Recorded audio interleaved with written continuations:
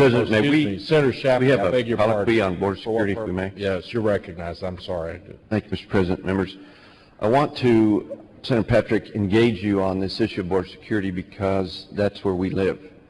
And I don't think there's any place that's been more affected than Juarez, where you had over 2,000 murders last year. And it's not so much what we've spent, it's how we've spent it.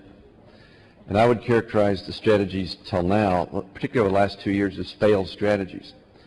When you use state money to put out 22 cameras, these cameras identify two undocumented immigrants coming across the border.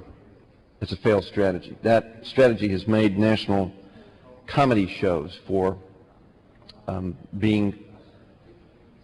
it doesn't work. It hadn't done anything to improve border security.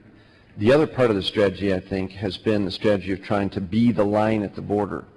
That line is Border Patrol's line. That's the federal line that is the one you and I have talked about. We went from 6,000 to 18,000 Border Patrol officers along the border, and there have been something like 70% reductions in apprehensions in places like Arizona and parts of the Texas border because there now are boots on the ground in those places.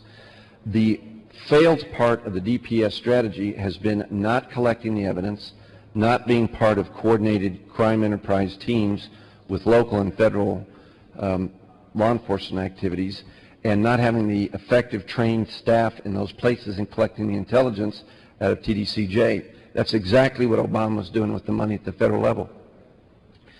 The best money we're spending in this bill is in DPS fusion centers and putting 56 new FTEs in these border corridors, because these corridors extend up and go to places like Phoenix and Atlanta where you're seeing the violence today.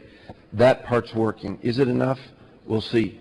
Right now, that violence is not in the United States to speak of. In Texas, it is in places like Phoenix and Atlanta.